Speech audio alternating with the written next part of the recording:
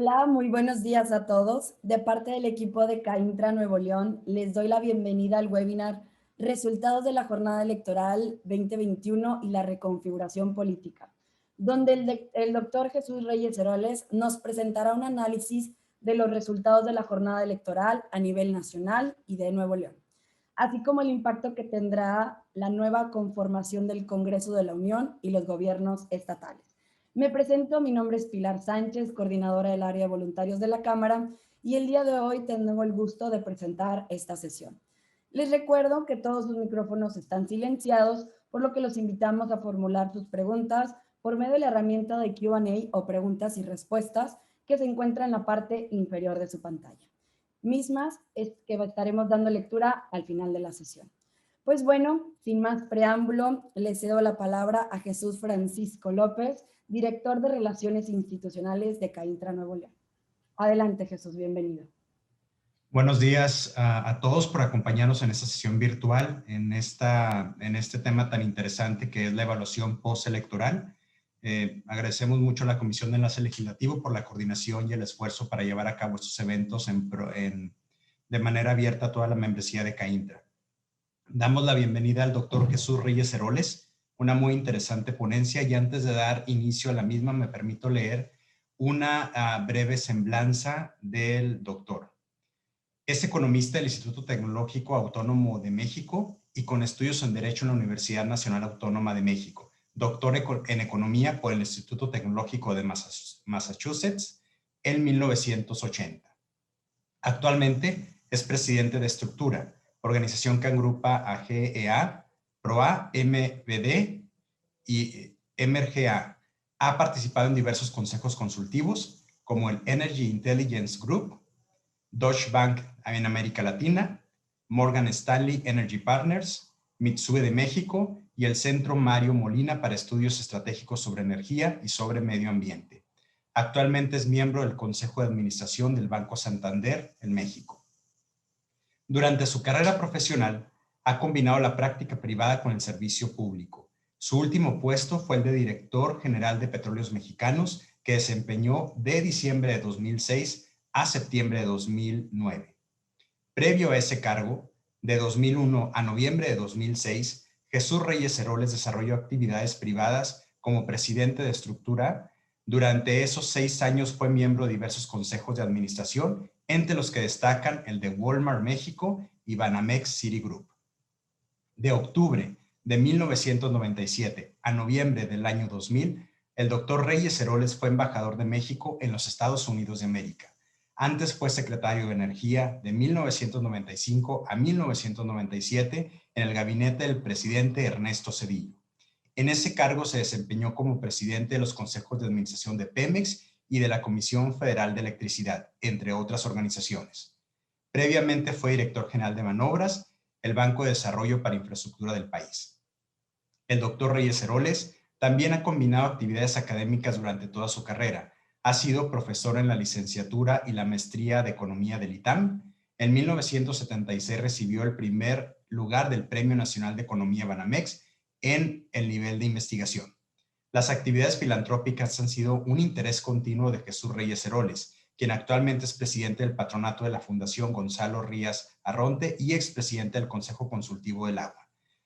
Publica quincenalmente en el periódico Universal. Pues vaya, un currículo muy interesante, muy amplio y definitivamente una ponencia muy enriquecedora en la evaluación actual del periodo postelectoral que estamos esperando. Bienvenido a CAINTRA, la Cámara de Industria de Transformación de Nuevo León, doctor Jesús Reyes Heroles. El foro es todo suyo.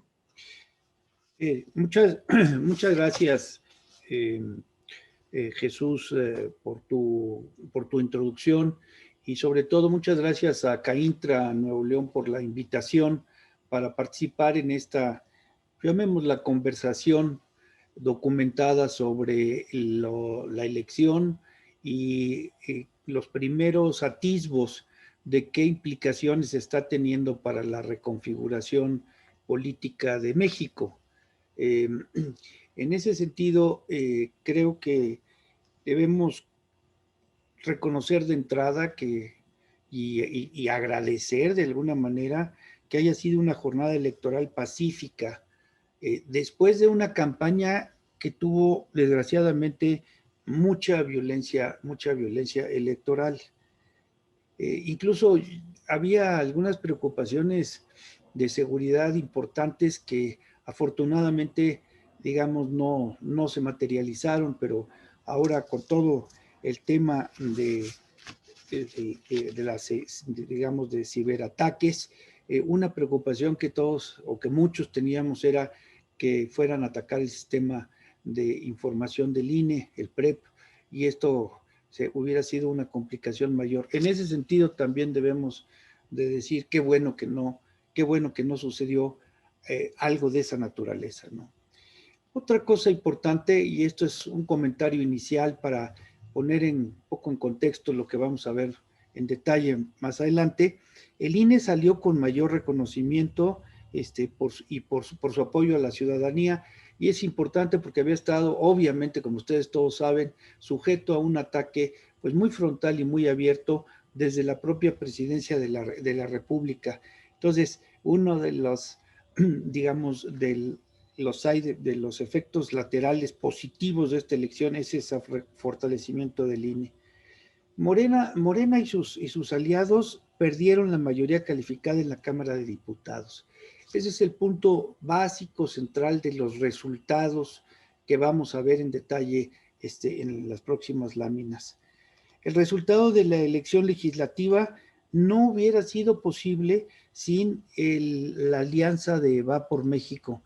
Cuando comenzaron allá con el Sí por México y otras cosas, parecía realmente una quimera el pensar que tres partidos que habían sido históricamente rivales, feroces en ciertos momentos, no tan feroces en otro, pudieran ir juntos. Y sin embargo, lo logró la ciudadanía, y esa organización en particular pues jugó un papel muy importante, llamémoslo de liderazgo para lograr ese resultado.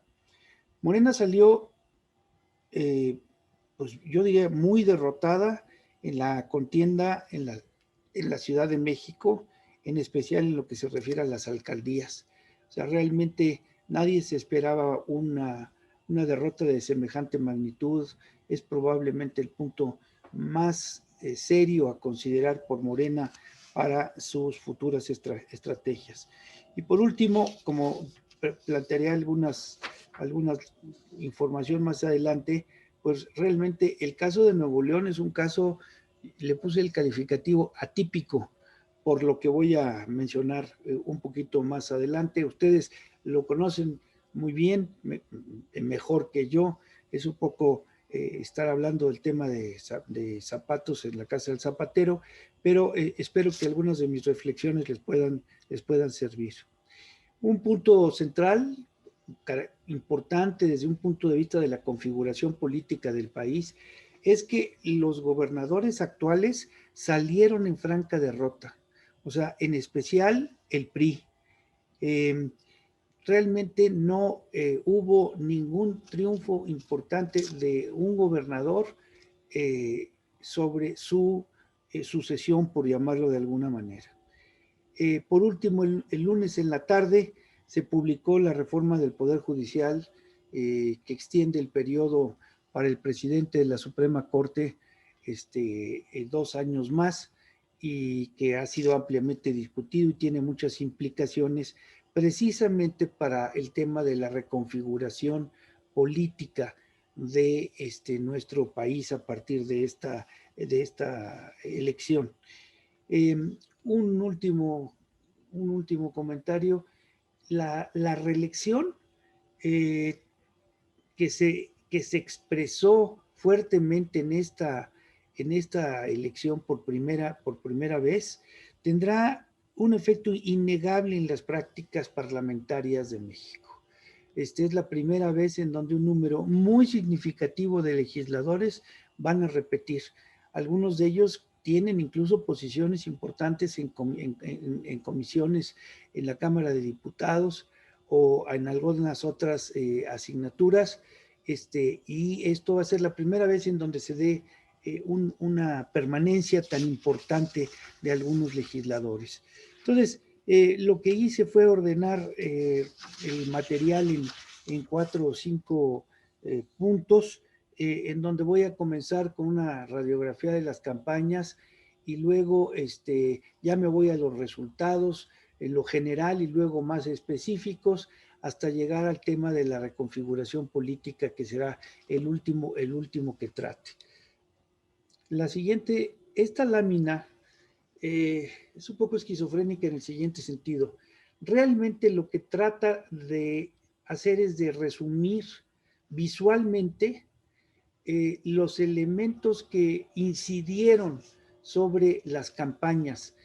Fueron unas campañas que en muchos sentidos no tienen paralelo en nuestro país, y que cuando uno ve los elementos que están aquí, que estuvieron todos actuando al mismo tiempo, a veces juntos, a veces confrontándose y demás, realmente llega uno a la conclusión de que se trató de una jornada de campañas extraordinario, excepto por el tema de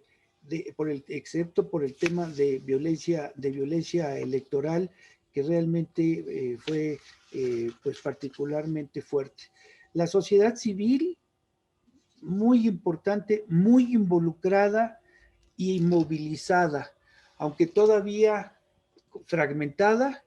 La fragmentación la fue superando la sociedad civil, se fue confluyendo, las organizaciones fueron confluyendo hacia un mismo propósito y hacia una misma visión de su rol. El presidente, pues como presidente de la República, pero además líder y operador de Morena, la verdad es que mostró reiteradamente que no tenía disposición, no tuvo disposición de someterse a la ley electoral, a pesar de varios señalamientos, llamémosle de tarjeta amarilla, por decirlo menos, de parte del Instituto Nacional Electoral. En términos de presencia territorial, hubo diferencias muy importantes que vale la pena simplemente mencionar. O sea, la presencia territorial entendida como la capacidad para actuar localmente. Hay pocas organizaciones que en principio tienen esa capacidad, que son pues los partidos políticos que están organizados para ello, para poder llegar al último rincón donde se encuentre el electorado, organizaciones y cámaras empresariales, aparte de otras como las iglesias que están siempre presentes, están en todos los rincones, pero bueno, siempre tienen una participación bastante, digamos, difícil por su propia visión de las cosas y las restricciones legales que tiene. Pero estuvo como siempre, la iglesia estuvo presente en ciertas entidades, en ciertas plazas, su efecto, su influencia fue mucho mayor que en otro. Fue ciertamente en términos de presencia electoral, quiero cerrar mencionando una muy importante, que son los siervos de la nación. O sea, por primera vez operaron los siervos de la nación, por primera vez desde ese ángulo, porque ya habían operado en el 18, pero de manera más informal. Y bueno, pues es una estructura piramidal con una distribución territorial electoral. Si uno ve su distribución, no es una distribución funcional a los programas sociales u otras cosas, tiene un criterio electoral muy claro, tiene 32 coordinaciones estatales, que son los famosos superdelegados, que al principio se lanzó el presidente López Obrador con mucha fuerza, y luego algunos se fueron deslavando. 266 coordinadores regionales.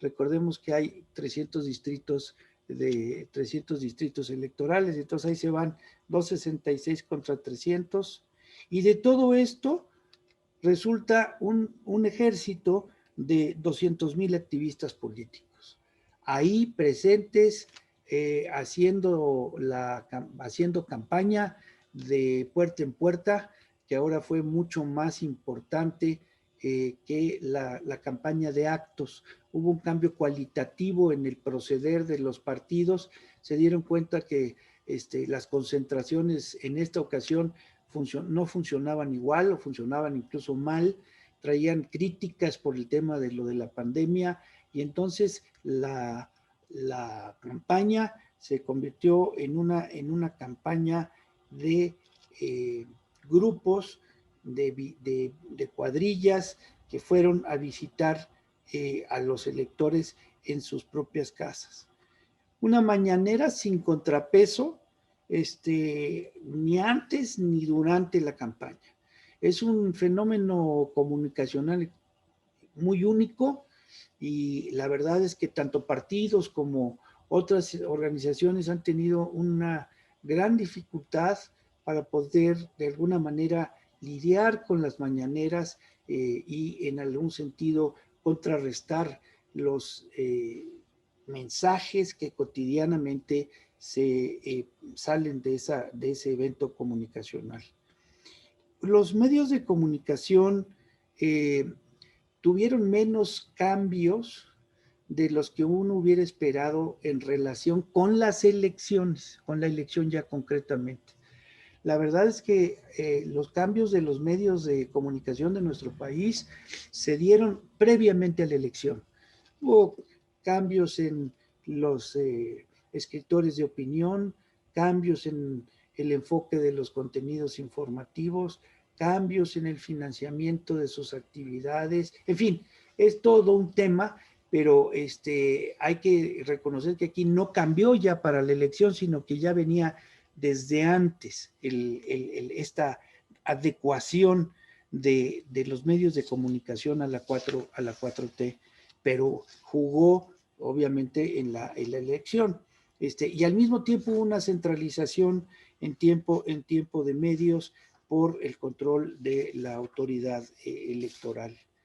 El crimen organizado estuvo presente todo el tiempo como una gran sombra del proceso, y cada vez más vemos cómo se materializa la extraterritorialidad que trae consigo la operación del crimen organizado. Hubo como violencia electoral 91 aspirantes o candidatos que fueron asesinados. Nunca antes había habido un número un número tan grande que hubiera sucedido. Hay que expresar, bueno, menos yo sí quisiera hacerlo, mi respeto absoluto por los candidatos que, a pesar de esa violencia electoral, salieron, estuvieron en las calles, recorrieron y fueron visitando a los electores potenciales. Las autoridades electorales fueron agredidas por el presidente durante el proceso electoral, obviamente desde antes, pero lo que es notable es que no se contuvo ya estas agresiones, sobre todo en contra del INE. Los gobernadores salieron debilitados, vulnerables y divididos. A eso le voy a dedicar unos minutos porque es de particular importancia. Las organizaciones y las cámaras de las cuales ustedes participan estuvieron cautelosamente activas. Diría yo que es la mejor descripción por las restricciones de índole jurídico que tienen y también de sus propios estatutos internos y de sus códigos de ética. Los partidos salieron como entraron, desprestigiados, sin unidad interna y sin discurso. Y estoy hablando de los 3 principales partidos de oposición, pero también se aplica a algunos de los otros partidos que estuvieron en la alianza de Juntos Haremos Historia al lado de Morena. Muy grande la elección, como ustedes ya lo saben, muchos gobernadores, 20,000, casi 2,000 ayuntamientos y casi 20,000 cargos de elección popular. Gran peso de lo local y en las elecciones, de los temas locales. Ustedes en Nuevo León lo vivieron de primera mano, lo están viviendo todavía de primera mano, y es algo que vale la pena notar, porque hubo como 2 pistas del debate político durante la elección, una pista de los grandes temas que preocupan a las clases dirigentes, y otra gran pista de los asuntos locales que fueron objeto del debate y de la discusión a nivel local. Fue un referendo sobre AMLO. La verdad de las cosas es que así se comenzó a plantear en un principio, y los partidos de la alianza, hay que reconocerles eso, los partidos de la alianza Va por México hicieron un esfuerzo por no personalizar la contienda en la persona del presidente de la República, y tampoco, aunque algo más, en Morena. Ahora, de todas maneras, esa contención no funcionó, porque al final del día la contienda fue una contienda realmente monotemática. Los temas eran pro 4T, anti 4T. Había otros temas en el camino, pero eso fue los dos grandes ejes de la elección, se juntaron en eso. Y luego, un último rasgo de esta elección, podríamos hablar más de otras, pero creo que es suficiente para problematizar esta importantísima y particularmente compleja elección. Estaba la ciudadanía dividida y polarizada, sin duda. En estas láminas que les presento, esto aparece fuertemente. Vienen de la encuesta, de la última encuesta de GEAISA, que se publicó el 24 de mayo. No me voy a detener mucho, nada más quiero señalar, en el panel superior izquierdo hay ahí un número con un círculo rojo, que básicamente el 80% de los encuestados, en principio de la población, o de la ciudad, más bien de la ciudadanía, piensa que el país está dividido.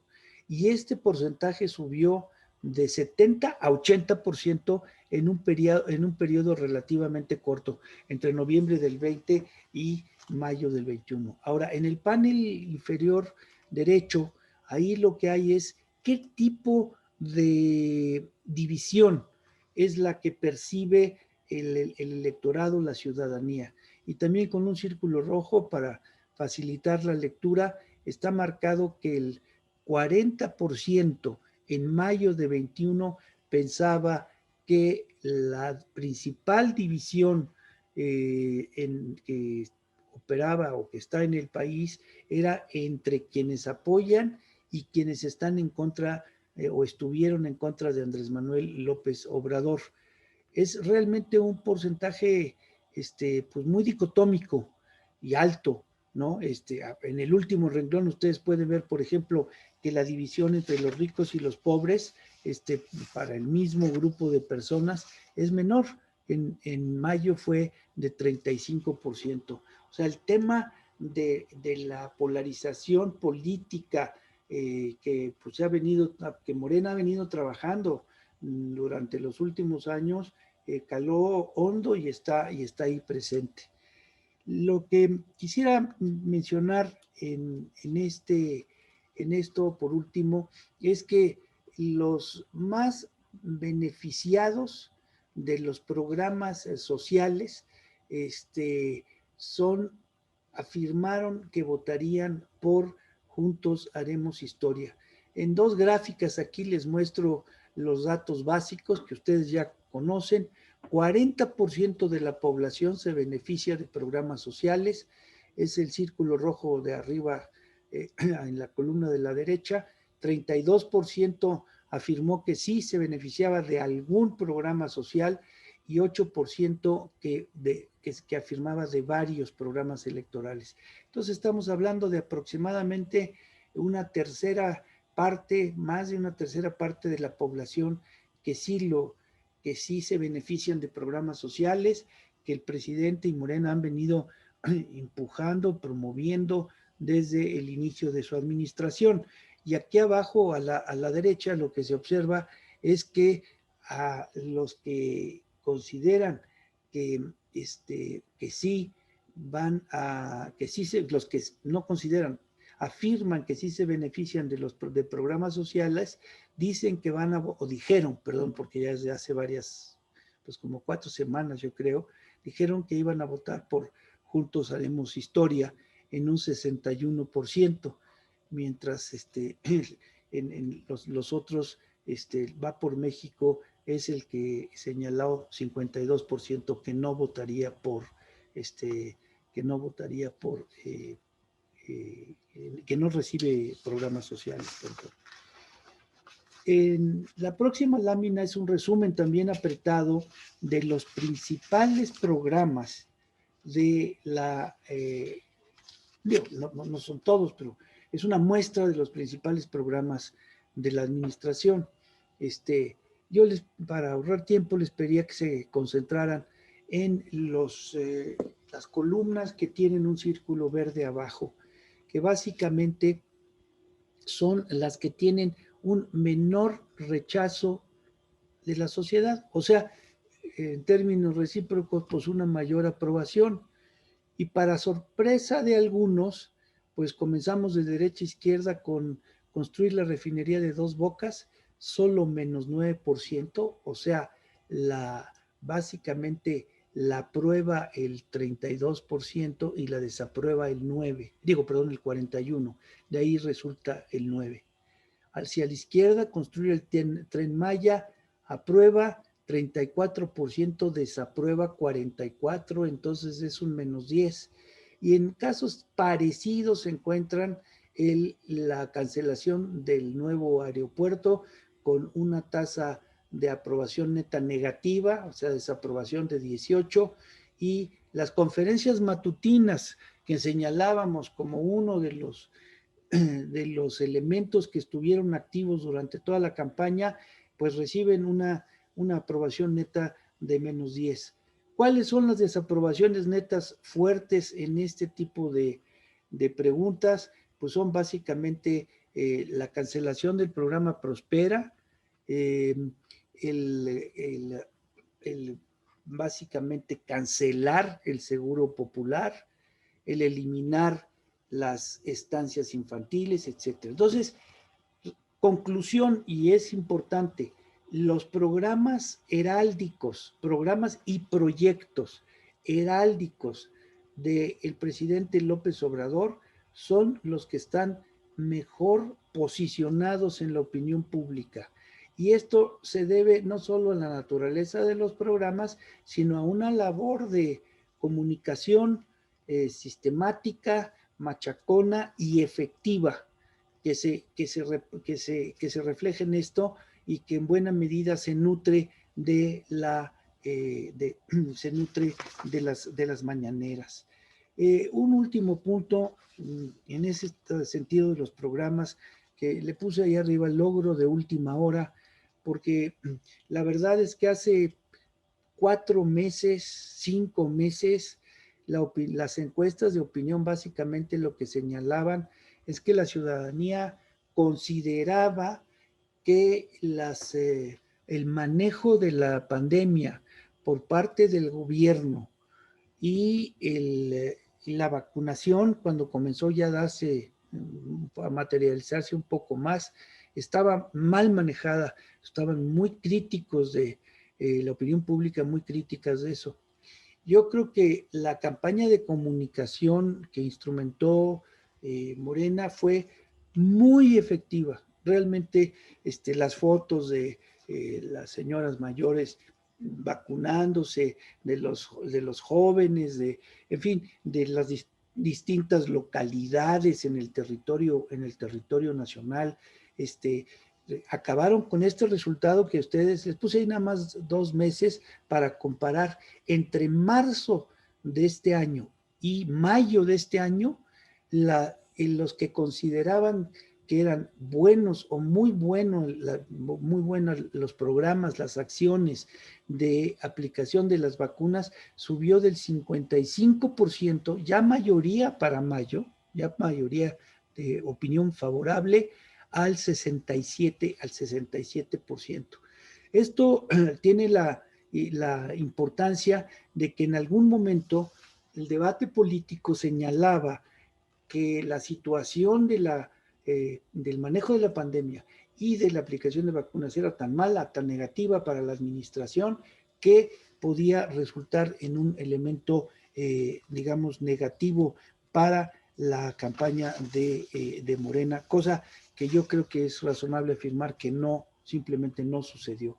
Estas dos láminas los paso rápido. En la de arriba a la izquierda pueden ustedes ver la aprobación o desaprobación de la labor del presidente López Obrador, que después de básicamente noviembre del 19 comenzó a cerrarse la brecha entre aprobación y desaprobación, se cerró bastante y luego se volvió a abrir y luego se vuelve a cerrar. Y esto tiene un correlativo en la aprobación, en la visión, en la evaluación que tiene la ciudadanía sobre Morena.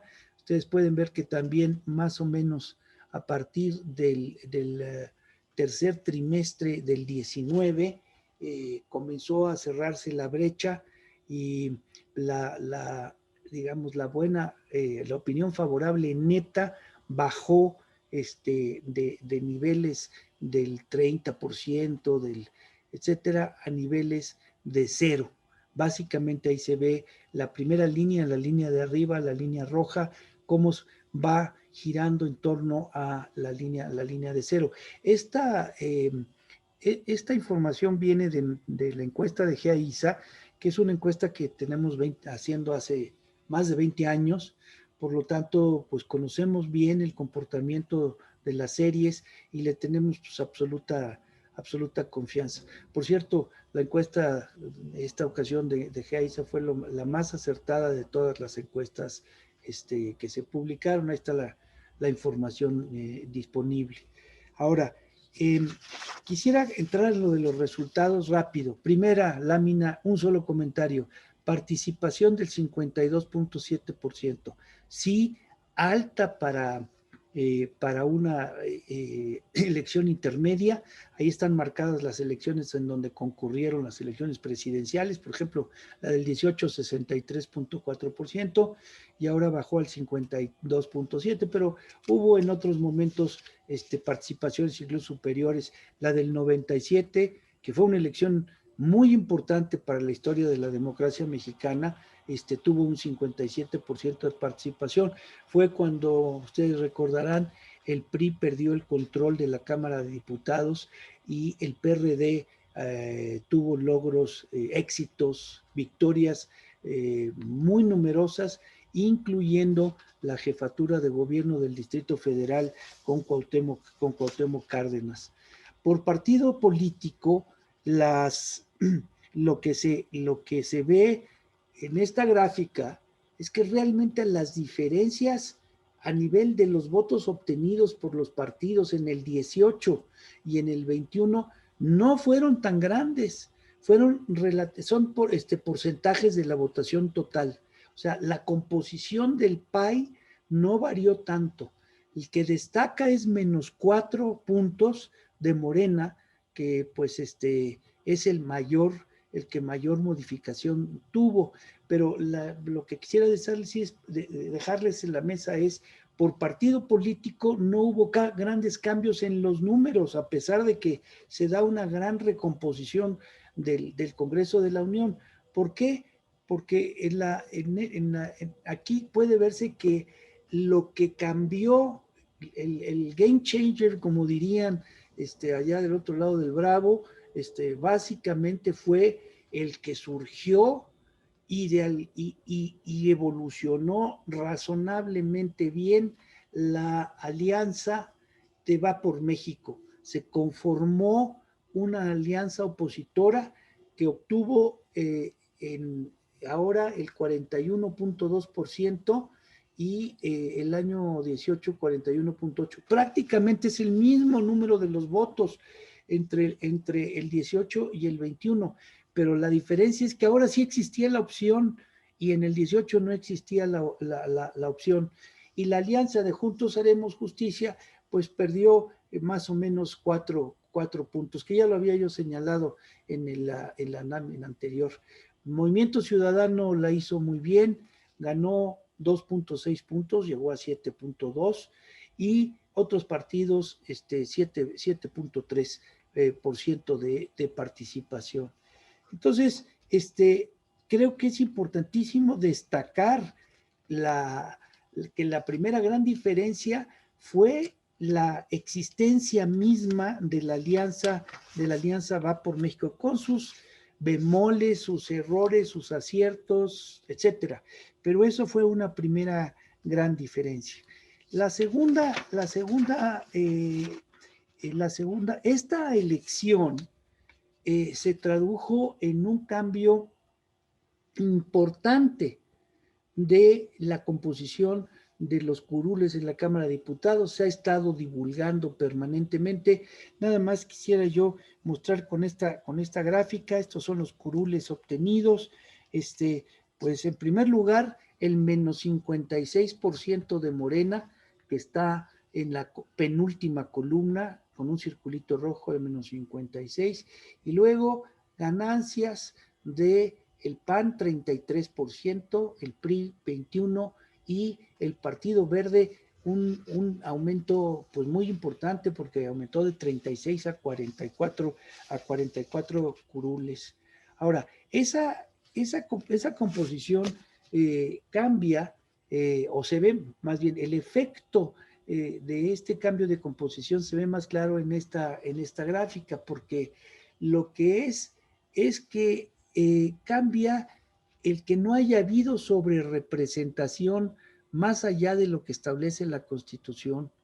Si ustedes ven aquí, pues sí, la composición actual y la composición que resultó del resultado digamos del INE, que es la de la derecha, abajo a la derecha, arriba está por partidos, ya lo vimos en las láminas anteriores, abajo está planteado por las coaliciones.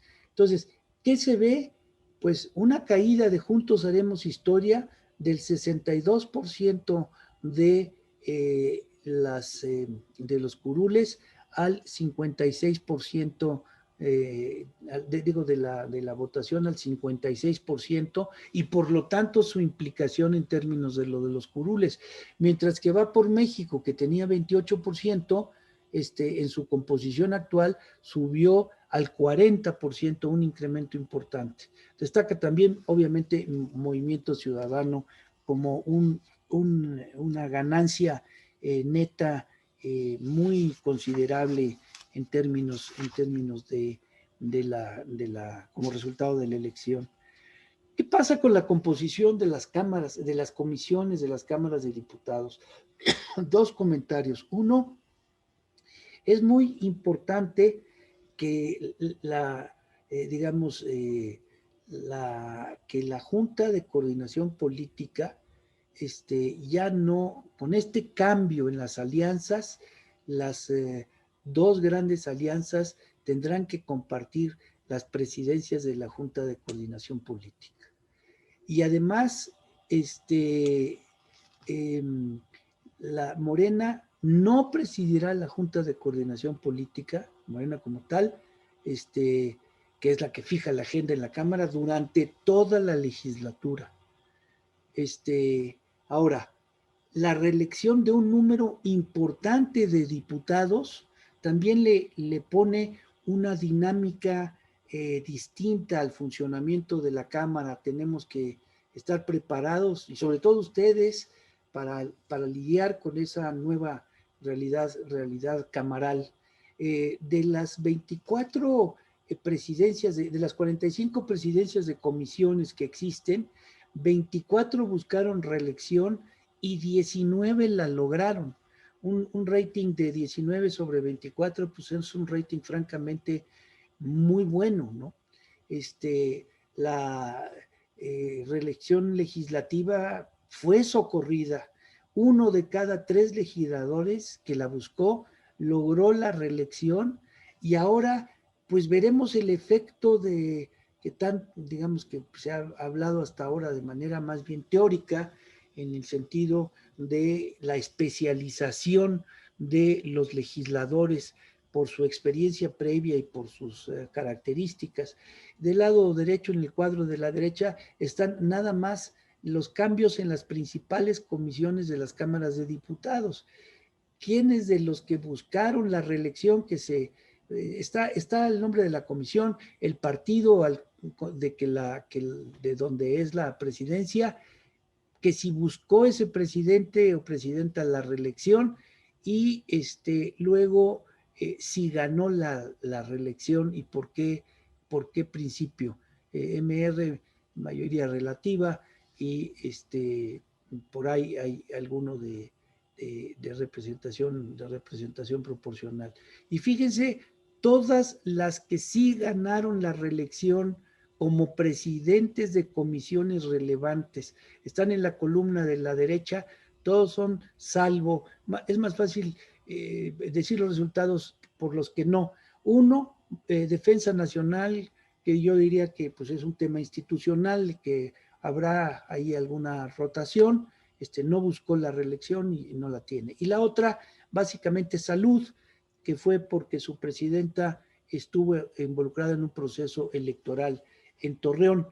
Pero vamos a ver el regreso de los presidentes a la Cámara y veremos la dinámica que esto tenga consigo. Las gobernaturas, pues una grave derrota de los gobernadores como tales. Antes, pues siempre la idea de que el gobernador incumbente tenía capacidades para poder impulsar a alguno de los candidatos, en particular al candidato de su partido político, se acabó. O sea, los gobernadores en 11 de los 15 casos, el gobernador perdió la elección, su partido en el estado perdió la elección. El PRI no retuvo ninguna gobernatura. Morena gana los estados donde no ha gobernado. O sea, hay como un efecto de que, bueno, pues ahora vamos a probar con quien no hemos probado, ya probamos PRI, PAN, quizás Verde, lo que sea, y ahora nos vamos a ir con Morena. Y un fenómeno importante es que los gobernadores más vulnerables, ahorita lo explico, son los que van a salir, este año salen. Y en su lugar entrarán gobernadores de Morena en vez del PRI. Ahí lo pueden ustedes ver en la primera parte del cuadro. La columna de la izquierda es un índice de vulnerabilidad que tenemos en estructura, que está basado en los 4 parámetros que están abajo a la derecha, incluyendo la debilidad recaudatoria del Estado. Y ahí se ve del PRI a Morena, PRI, Morena, PRI, Morena, PRI, Morena. Y todos los primeros son los más vulnerables. El más vulnerable es Guerrero, de acuerdo con ese índice. Y ahí va bajando, va disminuyendo la vulnerabilidad, y me detendría yo hasta Sonora, que es el número 8. En todos esos estados, básicamente, habrá una transición del PRI a gobernaturas de Morena, lo cual le va a atribuir una dinámica muy distinta a la conformación de grupos de gobernadores y al manejo de asuntos comunes entre los gobernadores. Vamos a tener un nuevo mapa de prioridades y de apoyos para estas para los temas que se venían manejando a nivel de los grupos de gobernadores. Lo que quisiera señalar en ese sentido es que las capitales sí jalaron con los nuevos gobernadores. O sea, en los estados donde ganó Morena, también un gobernador de Morena también ganó la capital, Morena. Y así lo pueden ustedes ver, básicamente son solo 4 de 15 casos, la capital no fue con el gobernador. Colima están denotados ahí con un azul un poco más fuerte. Colima, Michoacán, San Luis Potosí y Sonora. Básicamente son los estados en donde no fueron con el gobernador.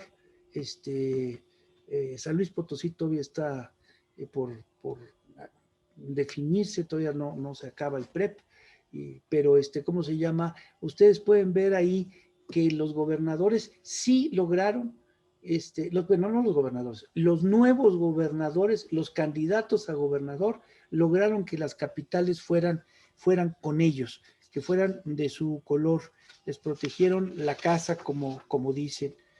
En términos de municipios y alcaldías, otros municipios y alcaldías, hubo más alternancia.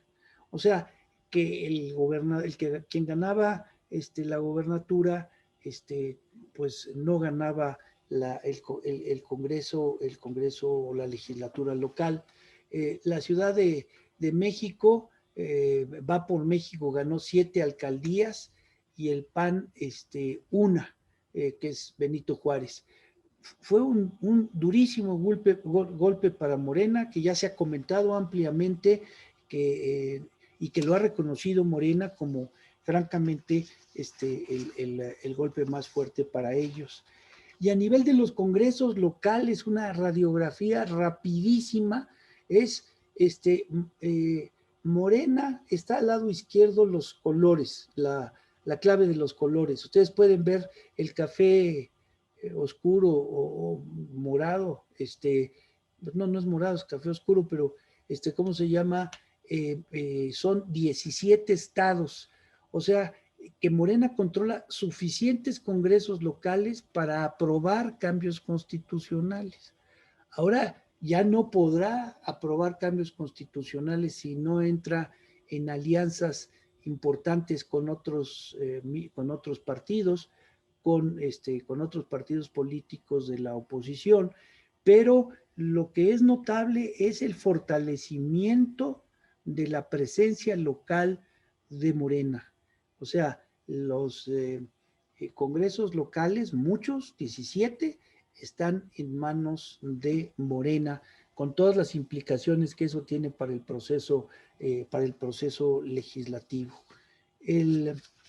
Y en este contexto, pues entra el caso Nuevo León, pero el caso Nuevo León, pues lo que le puse como calificativo es que es un caso atípico en la República Mexicana. Movimiento Ciudadano ganó la gobernatura, evidentemente, ganó la capital, no ganó curules de mayoría, lo cual suena hasta medio contradictorio, pero esa es la realidad. Y el Congreso del Estado, la legislatura, está en manos tanto de la alianza PRI-PRD como del PAN. Entre los dos controlan 74% de los curules de la legislatura del Estado. Y en términos de los municipios del Estado de Nuevo León, pues la verdad es que el resultado fue de una gran fragmentación. El PAN tiene 16, PRI-PRD 15, Morena, Verde, PANAL y PT 13, Movimiento Ciudadano 5, Independientes 2. Realmente fragmentación y fuerza y conjunta del PAN y del PRI-PRD, aunque fueron por separados. En el PAI de la derecha básicamente se resume la composición del Congreso de Nuevo León, en donde PRI-PRD tiene el 12 tiene 12 curules o el 29% de la legislatura, y el PAN abajo a la izquierda tiene el 10 de mayoría, y a la derecha pueden ustedes ver 5 de representación proporcional. Entonces, entre PAN y PRD pues, realmente dominan ampliamente el Congreso local de Nuevo León. En otros aspectos de Nuevo León, que como les digo, es como hablar de zapatero en la casa, de zapatos en la casa del zapatero, pero que destacan a nivel nacional, diría yo, es, en primer lugar, que hubo una motivación importantísima del electorado para contener que entrara Morena. O sea, no es la primera vez que esto sucede. Digo, el caso del Bronco podría tener alguna similitud, pero el fracaso de Clara Luz como candidata fue fulminante, ¿no? Obtuvo solo 14% del electorado. Un profundo rechazo a candidatos del PRI. El PRI viene cargando una imagen muy, muy negativa en el estado de Nuevo León desde hace ya, pues, cuando menos 8 años, ¿no? Entonces, el rechazo al grupo del exgobernador Rodrigo Medina perdura, está allí, no ha muerto. Hay una identificación de Alito Moreno, presidente del PRI, con Rodrigo Medina. Hubo una desbandada de expriistas que se salieron de Morena, que se habían alineado con Morena para luego irse a los otros partidos políticos ante el colapso de Clara Luz, y un cierto aislamiento de Adrián de la Garza y de Rodrigo Medina en todo este proceso, sobre todo hacia el final. Ustedes conocen de primera mano la resistencia que tuvo el PAN en incorporarse a la alianza con el PRI y con el PRD, y eso tuvo obviamente una consecuencia importante. Y luego pues es muy conocida la intervención del Bronco en la selección del candidato del PAN. Entonces, todos estos son elementos locales muy importantes que fue los que contribuyeron a definir la elección, además de la parte positiva que trajo consigo Movimiento Ciudadano. O sea, Movimiento Ciudadano tuvo un discurso muy efectivo de Samuel García, básicamente centrado en sacar a los corruptos, un discurso fresco y un buen equipo de trabajo de Luis Donaldo Colosio para la capital, y un diálogo con poderes fácticos. El Movimiento Ciudadano se movió como pez en el agua, hablando con los poderes fácticos del Estado, y lo hicieron bien, y seguramente también se reflejó en el resultado. Hay rumores además acerca de Adrián de la Garza, y que podría dar lugar a que el INE tuviera recursos para considerar sanciones en ese terreno, asunto por demás delicado, dado el peso político de Adrián de la Garza. Y luego, con Samuel García, pues se fortaleció la opción de un quiebre del pacto fiscal federal. Esto es muy importante porque dos cosas. A pesar de lo que se ha estado diciendo en los últimos días, de que no va a haber cambios de impuestos, de que no va a haber, más bien lo que dicen es aumento de impuestos, la verdad de las cosas, y nosotros, y yo me dedico también a temas de finanzas públicas, las finanzas públicas no llegan al fin del sexenio en la situación actual. Algo muy, muy serio tiene que hacerse, y si no es por el lado de Pemex, tendrá que ser por el lado de los ingresos, o tendrá que ser por ambos lados, sobre todo con una visión un poco más de recaudación a nivel local, con impuestos estatales y sobre todo con un buen esfuerzo a nivel del predial y de la seguridad social, que yo ya perdí la esperanza porque realmente el gobierno ha caminado en sentido contrario. La brecha fiscal más grande que tiene México es la brecha en materia de seguridad social. Entonces, la reconfiguración política del país con esta elección es muy importante.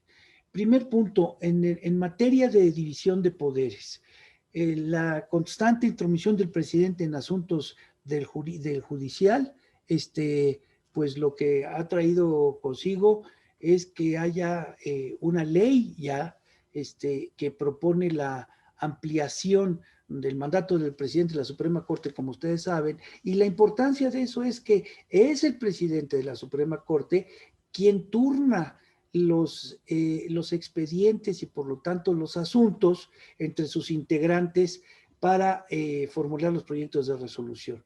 Y las controversias constitucionales son de su competencia. Entonces, es el presidente de la Suprema Corte el que decide qué controversias constitucionales se atienden y por quién se atienden. Y por lo tanto, la capacidad para destrabar iniciativas políticas y programas que son de gran importancia para López Obrador queda en manos del presidente de la Suprema Corte de Justicia.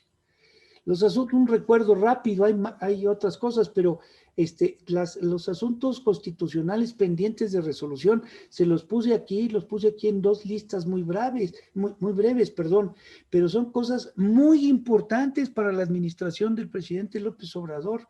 La ley para comenzar nomás, la ley de la Guardia Nacional, el tema de extinción de dominio, el uso de la fuerza, las remuneraciones del sector público, la orgánica de la administración pública, la ley de educación, la ley orgánica del Poder Judicial, etcétera. Y por el lado de las controversias, el tema del decreto para el uso de las Fuerzas Armadas, la ley de la industria eléctrica y la revisión del desafuero del gobernador de Tamaulipas. Entonces, como ustedes ven, sobre todo en la columna de la izquierda o en el listado de la izquierda, pues son estas políticas o estos lineamientos los que realmente dibujan el gobierno de López Obrador. Entonces, tienen que, digamos, es del máximo interés del presidente y de la continuidad de su proyecto político de la 4T, que estos asuntos se aprueben, y de ahí la importancia de ampliar el mandato del presidente de la Suprema Corte de Justicia 2 años más. Otras instituciones de parte de la reconfiguración política, bueno, el rechazo del presidente a los organismos autónomos es bien conocido. No hay tiempo para entrar en cada uno de ellos, todos son importantes, pero lo que sí es importante, es claro, es que el INE salió fortalecido de la elección del 6 de junio. Y por lo tanto, esa institución autónoma que estaba justo en la mira del Ejecutivo para eliminarlo con todas las implicaciones, pues ya no será el caso.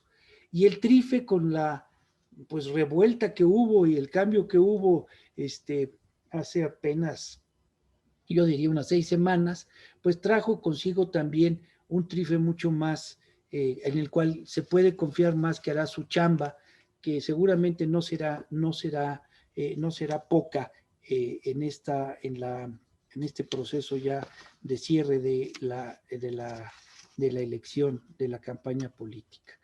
Entonces, ya para concluir, yo me atrevería a decir lo siguiente. Bueno, el presidente y Morena obtuvieron menos votos y triunfos de los que esperaban. Es una obviedad, pero es la obviedad fundamental. Esto llevará a impugnar un número sustancial de distritos, legislaturas y quizá gobernaturas, pues necesitan reivindicarse ante las bases. Las inconformidades formales estarán acompañadas de movilizaciones y plantones. Ha estado muy tranquilo estos primeros días. Básicamente la especulación de muchos es que es por la presencia que tuvo aquí Kamala Harris para la vicepresidente de Estados Unidos, y esto hizo que no se, digamos, sacaran a los tigres a la calle, y lo van a ir dosificando, además, a partir de los resultados que se dieron el día de ayer. Al mismo tiempo, en ese lapso, López Obrador todavía tendrá mayoría constitucional. A mí ese punto no me parece, bueno, hay gentes que les preocupa enormemente ese punto, de que todavía lo tenga de aquí al 31 de agosto y que pudiera salir con algún ejercicio de reforma constitucional al vapor, sacar algunas de las que están atoradas allá en la Suprema Corte con una reforma. y otras que tiene. Y de no resolverse esa conflictividad bien, a buen paso y todo, pues sí sería delicadísimo para la instalación de la legislatura el 1 de septiembre, que bueno, pues sí es materia de una crisis constitucional, ¿no? Yo no creo que vayamos a llegar ahí, pero es una posibilidad que no se puede dejar de enunciar. Probables anulaciones del INE pueden agravar las tensiones. El INE ha sido estricto en la aplicación de las normas electorales, ya varios candidatos los ha sacado de la jugada, y ahora vamos a ver si no anula elecciones a niveles locales, a niveles distritales. Entonces, eso habrá que verlo. Y ya las últimas dos, ¿cómo va a evolucionar esto? Pues la intensidad y las modalidades del conflicto dependerán de varios factores, pero el más importante de todos, en mi opinión, es las divisiones internas que esta elección provoque en Morena. Entonces, realmente hemos apenas ahora iniciado la compleja reconfiguración política de México de aquí al 2024. Muchas cosas habrán de suceder. Muchas gracias por su atención y quedo atento a las preguntas que amablemente se sirvan hacer o dudas que sirvan expresar. Muchísimas gracias, doctor, por esta interesante ponencia. La verdad es que nos ayuda mucho a conocer tanto su perspectiva como el análisis de cuáles fueron los resultados y hacia dónde va. Tenemos una serie de preguntas que quisiéramos compartírselas, si así le parece, en una tercia por bloque. Si gusta, comenzamos con el primer bloque. ¿Cuál debería de ser la posición del sector empresarial ante la conformación de la nueva Cámara de Diputados? Esa es la primera pregunta. ¿Qué perfiles salen fortalecidos rumbo al 24? ¿Es Movimiento Ciudadano una opción real para las siguientes elecciones?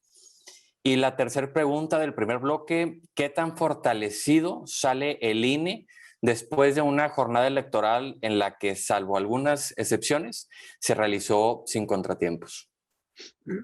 Comienzo con la tercera, si me lo permiten, porque adelante. De hecho lo señalé en la presentación.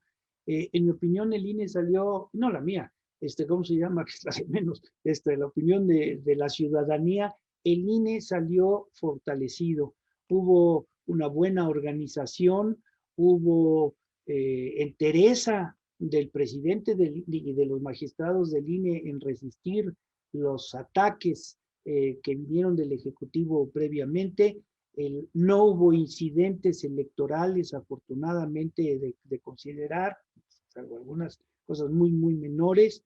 Entonces, el INE salió fortalecido y esa es una de las instituciones que la ciudadanía tenemos que seguir cuidando y apoyando.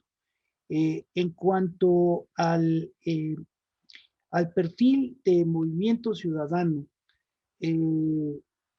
pues más bien es una pregunta, creo yo, o involucra de alguna manera una pregunta sobre cuál va a ser el futuro del pensamiento político de izquierda en México. Porque el PRD, que ha sido históricamente, pues, quien ha llevado la bandera desde el Partido Comunista y todo, originalmente salió con mucho menos fuerza, con mucho menos curules de los que se anticipaba.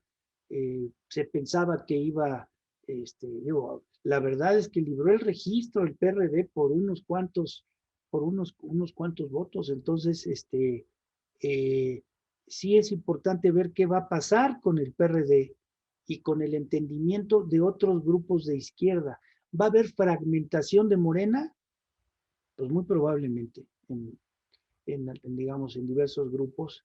¿Con quiénes van a irse a platicar en lo oscurito o no en lo oscurito? Esos grupos de izquierda de Morena, con el PRD, con grupos dentro del PRI que también son más de izquierda que otros y que pudieran también, es que para el PRI fue un fracaso francamente muy, muy importante. Entonces, la membresía, la militancia del PRI está pues muy dolida y preocupada, y hay algunos ahí que estarían desgraciadamente o afortunadamente dispuestos a moverse en ese sentido. Y finalmente está Movimiento Ciudadano, en donde pues son dos candidatos, yo diría, tienen dos gobernadores sobre todo, de perfil moderno, utilizar esa expresión. Y entonces, en algunas cosas, con pensamiento, digamos, más de izquierda y en otras no tanto. Entonces, ¿cómo jugará Movimiento Ciudadano en eso? Hay que verlo en ese contexto, en el contexto del reacomodo de las fuerzas de izquierda de México para que evolucione hacia una izquierda pues más moderna y más adecuada a las necesidades de nuestro país. Y finalmente, el tema del papel de los empresarios. Los empresarios forman parte de las clases dirigentes.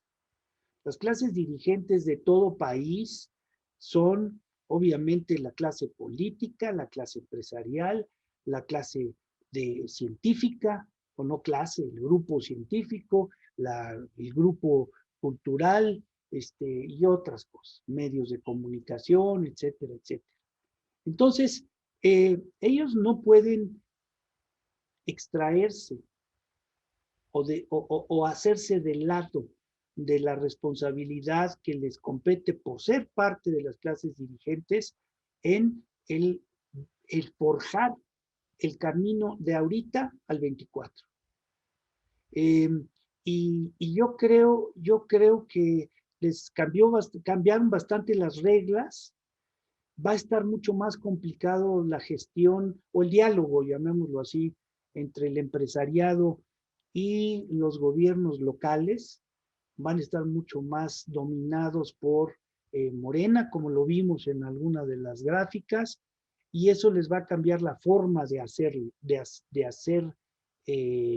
pues sus gestiones y de velar por sus negocios.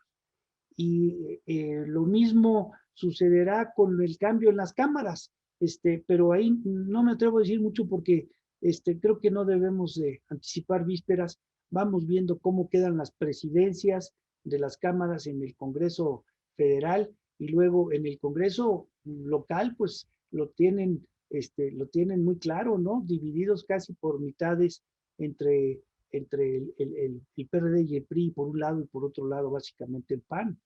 Entonces eso también, ahí va a estar una nueva forma de dialogar, ¿no? De dialogar con un gobierno de Movimiento Ciudadano y con un Congreso de la oposición. Ahí lo dejo. Muchas gracias. Justamente en este siguiente bloque vamos a abordar el tema de los partidos. Nos están llegando varias preguntas, particularmente sobre la composición de los partidos y cómo estos pueden agarrar fuerza pues por la coyuntura política y el reacomodo que hubo, ¿no? La primera pregunta es, ¿qué papel va a tener la bancada del Partido Verde en esta legislatura? Es una realidad que la bancada de este partido podría ser utilizado como un partido bisagra. La segunda pregunta, ¿cómo se posiciona Movimiento Ciudadano a nivel nacional con una bancada en el Congreso no tan numerosa? Perdóname. Sí.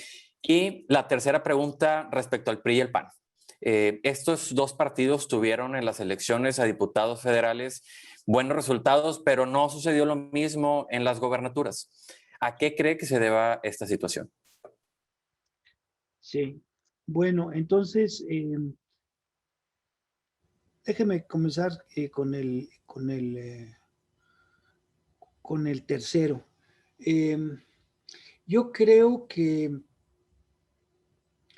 el entendimiento, por llamarlo de alguna manera, que se dio en torno a Va por México, se dio en torno a preocupaciones de índole de Estado, O sea, la preocupación de, que digo, que era expreso de parte de Va por México, de ponerle algún dique, un primer dique, alguna contención a la fuerza avasalladora de Morena, por tener obviamente el Ejecutivo Federal y por tener también absoluto control en el Congreso para poder hacer reformas constitucionales.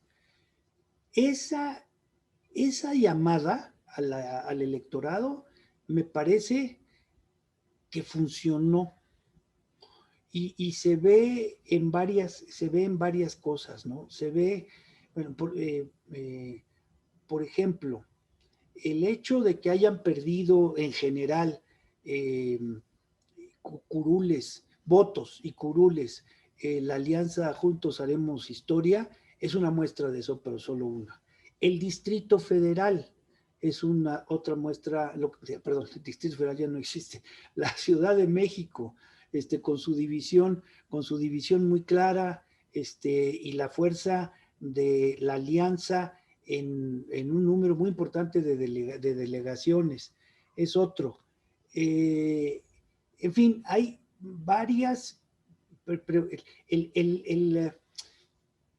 que los partidos políticos que no se hablaban y que habían sido enemigos acérrimos durante décadas en el escenario nacional, los tres partidos que les llamamos de la oposición tradicional, se hayan hablado, se hayan juntado, hayan negociado para poder tener candidaturas comunes.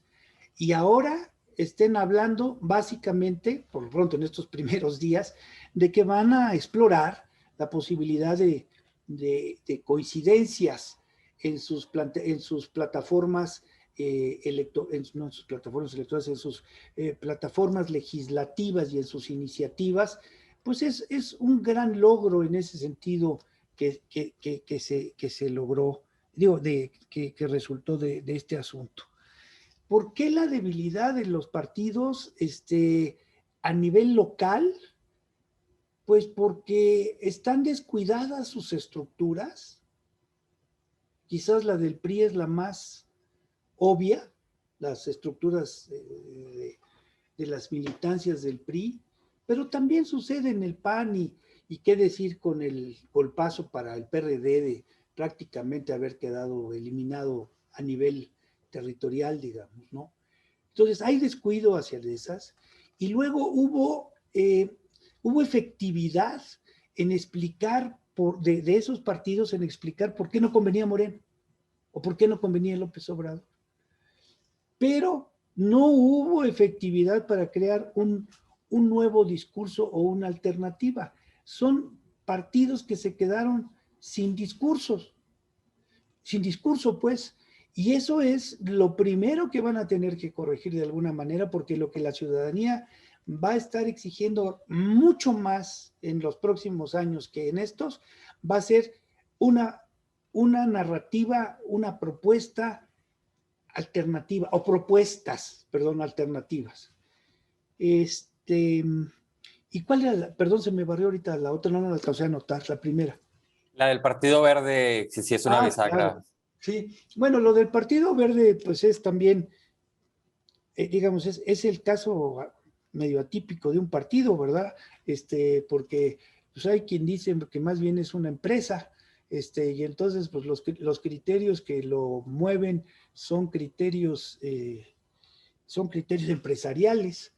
Ahora, dentro de su política empresarial, tienen algunas habilidades muy notables. Su capacidad de generar mensajes atractivos para cierto grupo de la ciudadanía es clara, ¿no? Hay que reconocerles gran capacidad. Y luego la otra cosa es que están montados en la ola correcta, porque están montados en la ola por dos ángulos.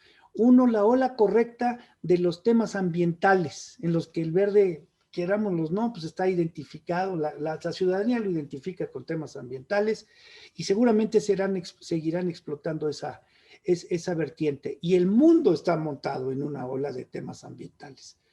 Y la otra ola pues es la ola del deseo de cambio, de renovación, para llegar a un 2024 con un nuevo balance de fuerzas políticas que sea funcional a las necesidades del país. Entonces, yo creo que sí va a ser el partido bisagra. Espero que no sea porque haya contraprestaciones pecuniarias, sino más bien porque puedan ser muy firmes en sus convicciones y de alguna manera, pues entonces, negociar con los otros partidos políticos. Perfecto, muchas gracias. Entramos ya al último bloque. Sí. Ahora va a estar enfocado un poquito más en el tema del presidente y el proyecto de la Cuarta Transformación.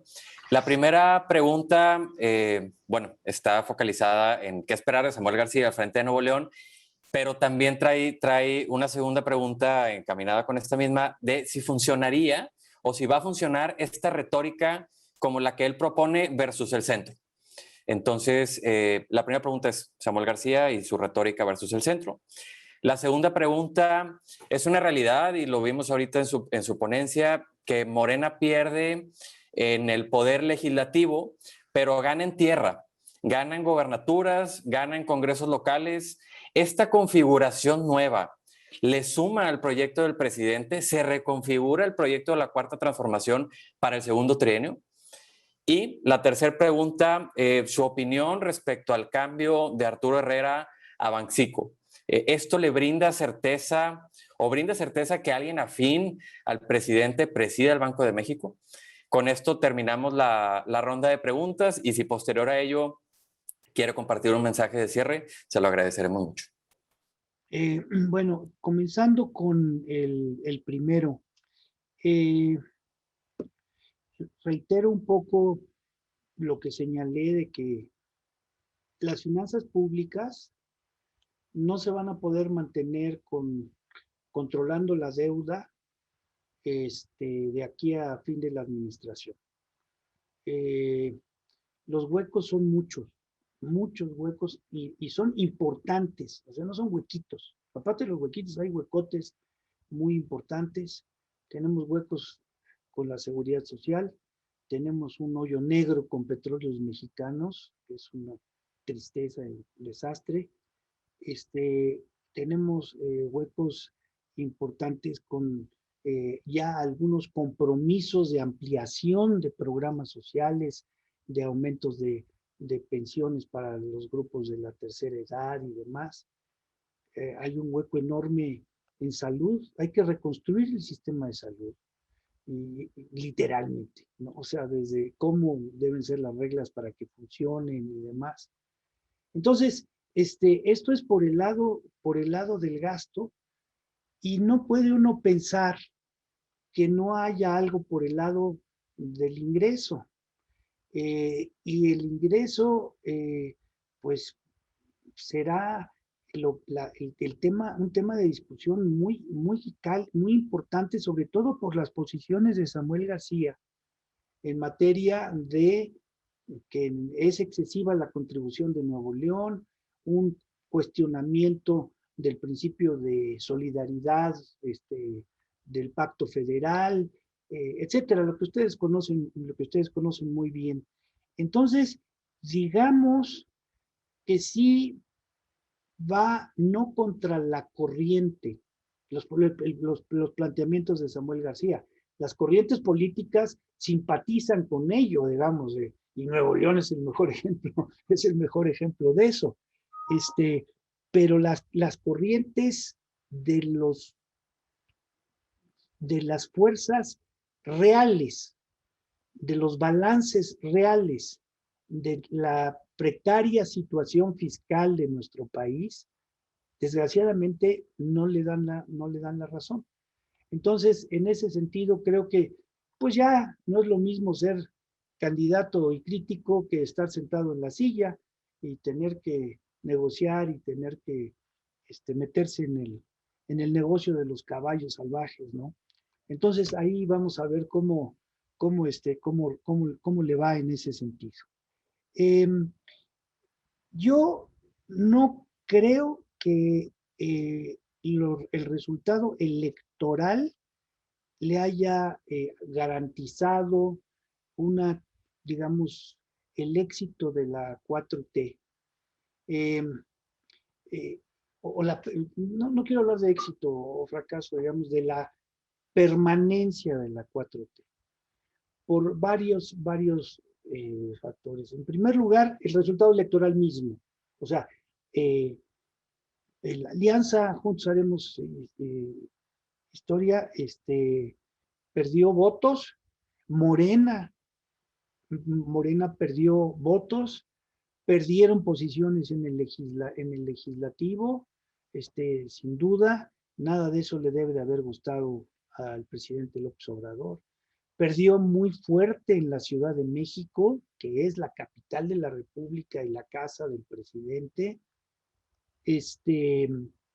Se le medio desfiguraron algunos de las gentes que estaba, pues, perfilando para la carrera de sucesión en el 24. No estoy diciendo que sea una pérdida definitiva, pero le van a tener que meter muchísimo esfuerzo en eso. Se acentuaron las inconformidades de cuadros del PRD insatisfechos con la gestión del PRD. El PRD, como vimos hace rato, tuvo también huecos así en donde no tiene una presencia mínima para garantizarle al presidente. Y luego está el tema de que si le van a alcanzar o no le van a alcanzar los recursos para sus proyectos heráldicos, ¿no? Que los mencionamos ahí en algún momento. Los cálculos cada vez son más y más dinero para la refinería, más y más dinero para el Tren Maya. Entonces ya así como que comienza a haber dudas, la compra del 50% de Deer Park ya da una señal de decir a lo mejor nos estamos creando una reservita por acá de capacidad de refinación de combustibles. En fin, esa parte está ya bastante desdibujada. Y cierro con lo del cambio en la Secretaría de Hacienda. El presidente tenía que hacer algunos cambios después de esta elección. Y comenzó, yo creo que prudentemente, por el que estaba causando más, digamos, no conformidad, incomodidad, perdón, incomodidad entre diversos círculos de la población, que era lo de que haya adelantado innecesariamente el tema de la sucesión en el Banco de México. Costó, iba a costar más todavía después de la elección. Los mercados estaban como, bueno, ahorita nos interesa la elección y todos los focos puestos en la elección, pero ¿y después de la elección qué? Pues Hacienda y el Banco de México y Hacienda, y ya estaban perfilándose ahí algunas candidaturas, pues no muy ortodoxas, por llamarlo de alguna manera. Entonces creo que la solución de ayer fue una solución de las más sensatas que ha hecho el presidente en términos de nombramientos de su gabinete. Son dos gentes que conocen la materia, las dos materias, materia económica en general, son gentes cercanas a él y son gentes de disciplina financiera. No veo yo un riesgo derivado de las personalidades o capacidades del nuevo secretario de Hacienda o del próximo secretario de Hacienda y del próximo director del Banco de México. Por ese lado no lo veo. Lo veo por la magnitud de los retos que ellos tienen para poder tratar de hacer que cuadren las cuentas. Concluyo con esto las respuestas. Agradezco muchísimo la invitación. Les garantizo que van a tener, como siempre en Nuevo León, 3 años muy interesantes, llenos de emociones fuertes como les gustan a ustedes y que bueno, pues tienen tienen que considerar cuál es el papel, la responsabilidad que tiene Nuevo León en forjar los próximos 3 años políticamente de este país hacia el 2024, porque tienen una responsabilidad muy grande, que en esta ocasión como que se salió por la tangente, ¿no? Entonces, vamos a ver cómo evolucionan ustedes para bien de Nuevo León antes que nada y también para bien del país. Muchas gracias por la invitación y por su atención. Y si hay alguna otra pregunta después que me quieran mandar, con mucho gusto la atiendo, ¿no? Doctor, pues muchas gracias nuevamente, doctor. A nombre de CAINTRA y de su presidente Rodrigo Fernández, muchas gracias por esta plática tan muy buena, con muchos comentarios que a todos los industriales y a todos los que están en la videoconferencia nos sirven muchísimo. Y bueno, esperamos seguir esta dinámica y encantados de tener su presencia. Muchas gracias. Muchas gracias, don Carlos. Gracias a todos de nuevo y que tengan muy buen día. Bueno, pues ya nada más para finalizar, comentar que el 24 de junio vamos a tener otro webinar, otra presentación con Macario Schettino. Su tema va a ser México, nuevo escenario. Pues todos están invitados y la dinámica es la misma de registro. Esperamos contar con todos ustedes y pues seguir hablando de este tema que, como dijo el doctor, da para mucho y para estar informados de todo lo que pasa en el país, que pues impacta a todos los grupos, ¿no? Pues yo doy por cerrada este webinar y les deseo muy buen fin de semana a todos. Muchas gracias a todos por conectarse otra vez, doctor. Un abrazo desde Monterrey. Muchas gracias de nuevo. Buen día. Fuerte abrazo.